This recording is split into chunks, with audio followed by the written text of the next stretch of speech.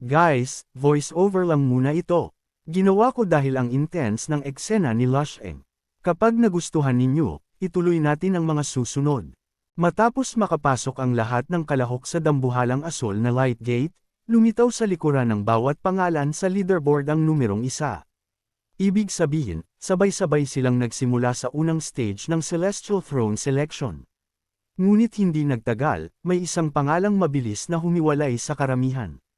Dilius, sa napakabilis na bilis, ang numerong nasa tabi ng kanyang pangalan ay nagbago mula 1 patungong 2. Mabilis na umakyat ang pangalan niya sa leaderboard hanggang sa tuluyan niyang maagaw ang unang pwesto. Mula noon, hindi na siya natinag sa tuktok. 2, 3, 4, 5. Patuloy na tumatalo ng progress indicator sa tabi ng pangalan ni Dilius sa bilis na halos hindi kayang sundan ng mga mata ng mga nanunood. Habang ang karamihan sa mga kalahok ay nananatiling nakikipaglaban sa unang stage, nakaabot na siya sa 3. Nang sa wakas ay may isa pang kalahok na makapasok sa 3 stage, nasa 6 na stage na si Dilius. Para siyang isang ganap na hari na nag-iisang nangunguna sa harapan. Napakalaki ng agwat niya sa iba, at tila walang sinumang may kakayahang lumapit man lamang sa kanyang posisyon. Talagang karapat-dapat siya sa sovereign level blood. Isang matandang lalaki na may matingkad na pulang buhok ang nakatitig sa leaderboard. Bawat hibla ng kanyang buhok ay tila buhay at marahang sumasayaw na parang apoy. Baka sa kanyang mukha ang matinding paghanga. Akala ko noon, wala nang makapapantay sa kapangyarihan ni Oculando, na nagtataglay ng monarch level blood. Pero kapag ikinumpara siya kay Dilius, napakalaki pa rin pala ng agwat. Isang malamig na pagsanggal ang narinig mula sa kanyang tabi. Kasunod yun ay isang tinig na puno ng pangungutya. Akala mo ba walang kahulugan ng mga salitang sovereign level? Dahan-daang lumingon ng matandang may pulang buhok. Hindi kalayuan sa kanya ay nakatayo ang isang lalaki at isang babae. Pareho silang may pambihirang presensya, at malinaw na hindi rin sila mga ordinaryong nilalang. Ang lalaki ang nagsalita kanina. May bahagyang mapanuyang ngiti sa mga labi nito habang ipinagpatuloy ang sinabi. Ang isang sovereign level genius ay maaaring maging Galaxy Lord sa hinaharap. Maaari pa siyang magkaroon ng kahit maliit na posibilidad na hamunin ang Domain Lord tier. Tumaas ang isang sulok ng kanyang labi. Paano mo maihahambing ang ganoong nilalang sa isang simpleng monarch level blood? Hindi nagalit ang matandang may pulang buhok sa pangungutya ng lalaki. Tila sanay na siya sa ugali nito. Sa katunayan, matagal nang magkakakilala ang tatlo. Sa leaderboard sa kanilang harapan, direkta sa ilalim ng pangalang Dilius ay magkakasunod na nakapwesto ang 3 pangalan. Magkakatabla silang lahat sa 2 pwesto. Pare-pareho silang nasa 3 stage. Ang 3 iyon ang pinakamahuhusay na prodigy ng kani-kanilang angkan. Lahat sila ay nagtataglay ng monarch level blood. Habang same time na nakatingin ang 3 sa rangkang, biglang kumislap ang progress indicator sa tabi ng pangalang Oculando. Mula 3, naging 4 ang numero. Agad na nalampasan ni Oculando ang 2 pang monarch level genius at mag-isang umakyat sa 2 pwesto. Sa sandaling makita iyon, sabay na nanlamig ang ekspresyon ng lalaki at babae. Samantala, isang bahagyang ngiti ang lumitaw sa mukha ng matandang may pulang buhok. Taglay ang kumpiyansa ng isang nagwagi, casual niyang sinulyapan ang 2. Kahit sa hanay ng mga monarch level being, mayroong mataas at mababang antas. Malamig na tumalikod ang lalaki, habang lalo namang bamigat ang mukha ng babaeng kasama niya. Ngunit bago pa sila makapagsalita, muling nagbago ang leaderboard. Ang progress indicator sa tabi ng pangalang Dilius ay biglang tumalon mula 6 patungong 7, 7th stage. Sabay na napasinghap ang 3 makapangyarihang matatanda. Kahit sila ay mga pinunong namamahala sa kani-kanilang domain at mga veteranong nabuhay na ng 10,000 taon, bahagyang nanginig ang kanilang mga puso sa kanilang nasaksihan. Sovereign level. Paulit-ulit nilang binanggit ang mga salitang iyon. Sovereign level. Baka sa kanilang mga mukha ang tunay na pagkagulat at pagkamangha. Ngunit kasabay ng paghanga, isang mas malalim na pakiramdam ng kawalan ng pag-asa ang dahan-daang umusbong mula sa kanilang mga puso. Kahit sila, na matagal nang nakatayo sa tuktok ng martial arts, ay nakaramdam ng bigat nang makita ang nakakatakot na likas na talento ni Dilius. Mahirap isipin kung gaano kasakit para sa ibang mga henyo ang mabuhay sa parehong panahon ng isang nilalang na tulad niya. Napakalakas ng sovereign-level talent, mahinang sabi ng isa. Sa sobrang laki ng agwat, halos nawawala ang kagustuhan mong subukang habulin siya. May lakas na si Dilius na maituturing na ruler level. Marahil ang tanging magagawa ni na Oculando at ng dalawa pang monarch-level genius ay pag-agawan kung sino ang magiging pinakamalakas na nasa ilalim ng sovereign. Habang pinag-uusapan nila ang nakakatakot na talento ni Dilius, biglang kumunat ang noo ng isang taong nakatayo sa malapit. May narinig akong balita, sabi nito. Bago magsimula ang selection, nakipaglaban daw sa Starry Void ang isang bagong kalahok kay Dilius. Napatigil ang usapan ng lahat. Ipinagpatuloy ng lalaki ang kanyang sinabi. Hindi lamang daw niya nagawang makipagsabayan.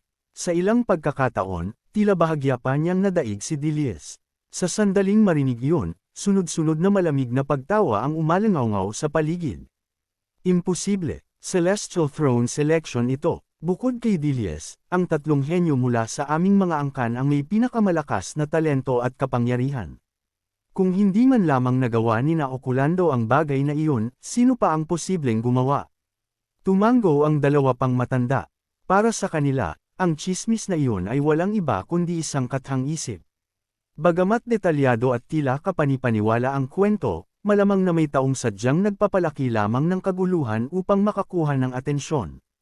Habang patuloy silang nag-uusap, biglang nanlaki ang mga mata ng isa sa kanila. Nanigas ang buong mukha nito. Para bang nakakita siya ng isang bagay na hindi maaaring umiral. Hindi maaari. Agad na napalingon sa kanya ang dalawa. Ano ang hindi maaari? Hindi sumagot ang lalaki. Nakaturo lamang ang kanyang tulalang tingin sa leaderboard. Sinundan ng dalawa ang direksyon ng kanyang mga mata. Sa sandaling makita nila ang pagbabago sa rangkang, sabay ring nanigas ang kanilang mga katawan. Nakatayo lamang silang tatlo roon ng walang galaw. Nakapanganga, tulala, at tila lumipad palabas sa kanilang katawan ang kanilang mga kaluluwa. Samantala, nakatayo si Elder Shad Ostor sa ibabaw ng isang maliit na flying craft. Magkadaop ang kanyang mga kamay sa likuran, at nakatuon ang malamig niyang mga mata sa dambuhalang asol na portal sa malayo.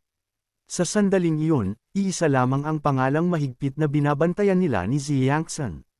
Lu Sheng, nasa lampas ika-20 pwesto pa lamang ang kanyang pangalan. Umangat lamang siya sa posisyong iyon dahil kamakailan ay nagbago ang progress indicator niya mula 2 patungong 3. Nakarating na siya sa ikatlong stage ng selection. Kung hindi dahil doon, mas mababa pa sana ang kanyang rangkang. Sa itaas niya ay maraming kalahok na nasa ikatlong stage din. Mas mataas pa roon ang tatlong monarch-level genius na nasa ika-4 na stage.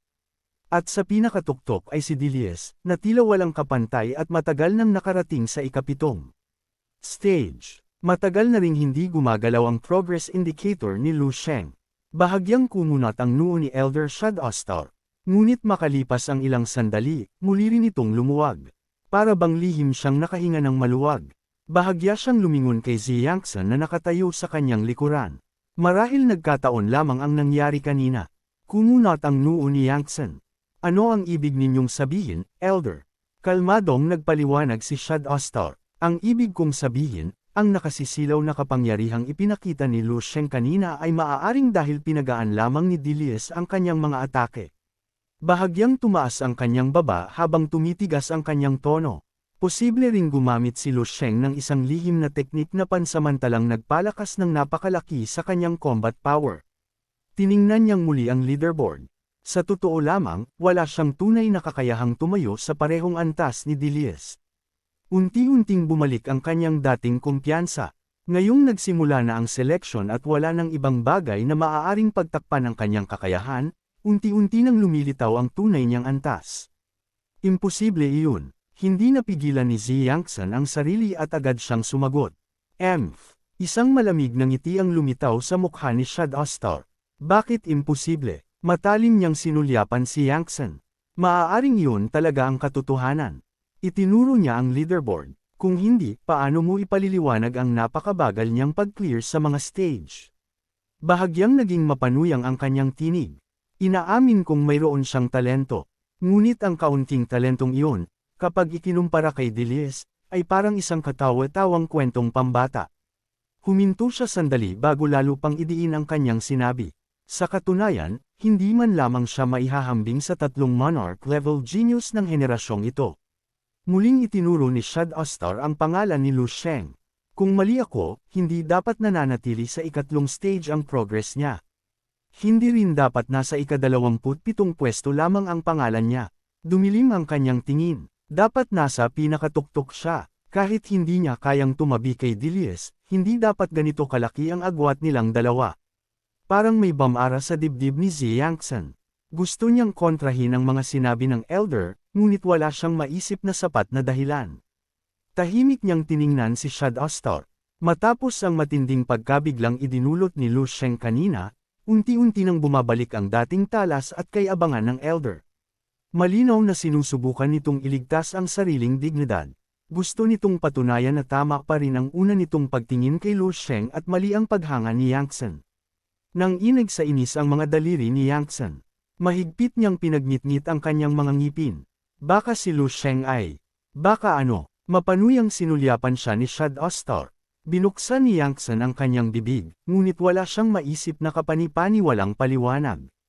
Habang pilit siyang naghahanap ng dahilan upang mabawi ang sitwasyon, biglang kumislap ang pangalan ni Lu Sheng sa leaderboard. Mula sa lampas ika-20 pwesto, bigla itong bumulusok paitaas. Sa isang iglap, umakyat siya sa ika-5 pwesto. Kasabay nito, ang progress indicator sa tabi ng kanyang pangalan ay nagbago mula 3 patungong 4. Agad na nagliwanag ang mga mata ni Xiangxan.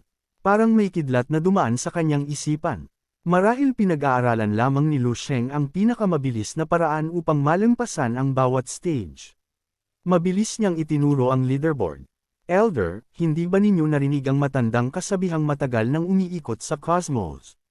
Napuno ng sigla ang kanyang boses. Ang sasakyang matagumpay na tumatawid sa dagat ng mga bituin ay yaong pinakamatibay at pinakahandang humarap sa paglalakbay, hindi yaong unang umalis.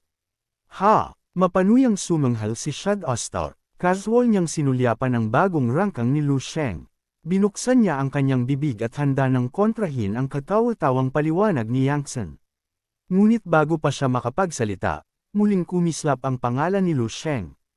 Ang pangalan niyang kara-rating lamang sa ika-5 pwesto ay biglang lumundag paitaas. Diretso itong huminto sa ika-2 pwesto. Si Dilius na lamang ang nasa itaas niya. Kasabay nito, ang progress indicator ni Lu Sheng ay nagbago mula 4 patungong 5. Biglang nanigas ang mukha ni Shad Astar. Para siyang sinampal ng hindi inaasahan. Tulala niyang tinitigan ang pangalan ni Lu Sheng sa loob ng ilang sandali. Nang sa wakas ay bumalik ang kanyang ulirat at bubuksan na sana niya ang kanyang bibig, muling nagbago ang numero. Mula 5, naging 6. Bahagyang nanginig ang mga pupil ni Shad Astar. Ngunit hindi pa roon nagtapos ang lahat. Sa loob lamang ng ilang paghinga, muling kumislap ang progress indicator ni Lu Sheng. Mula 6, naging 7. Kasabay niyon, muling umakyat ng 1 pwesto ang kanyang pangalan. Mula sa dating ika-2 pwesto, umabot siya sa parehong antas ni Dilius. Magkatabla sila sa unang pwesto. Pareho silang nasa ika-7 stage. Tuluyang nanlaki ang mga mata ni Elder Shad Astar. Nawala ang lahat ng kay-abangan at kumpiyansang kanina lamang ay bumalik sa kanyang mukha. Ang ekspresyon niya ay parang nakakita siya ng multo sa gitna ng araw. Ilang sandaling katahimikan ang lumipas. Pagkatapos, hindi na niya napigilan ang kanyang sarili. Isang tinig na halos nabaluktot sa matinding pagkabigla ang sumabog mula sa kanyang bibig. Hindi maaari. Purong pagkagulat ang bumalot sa buong mukha niya. Hindi maipaliwanag, hindi matanggap, at higit sa lahat, wala na siyang anumang salitang magagamit upang ipagtanggol ang mga sinabi niya kay Xiangxan ilang sandali lamang ang nakalipas.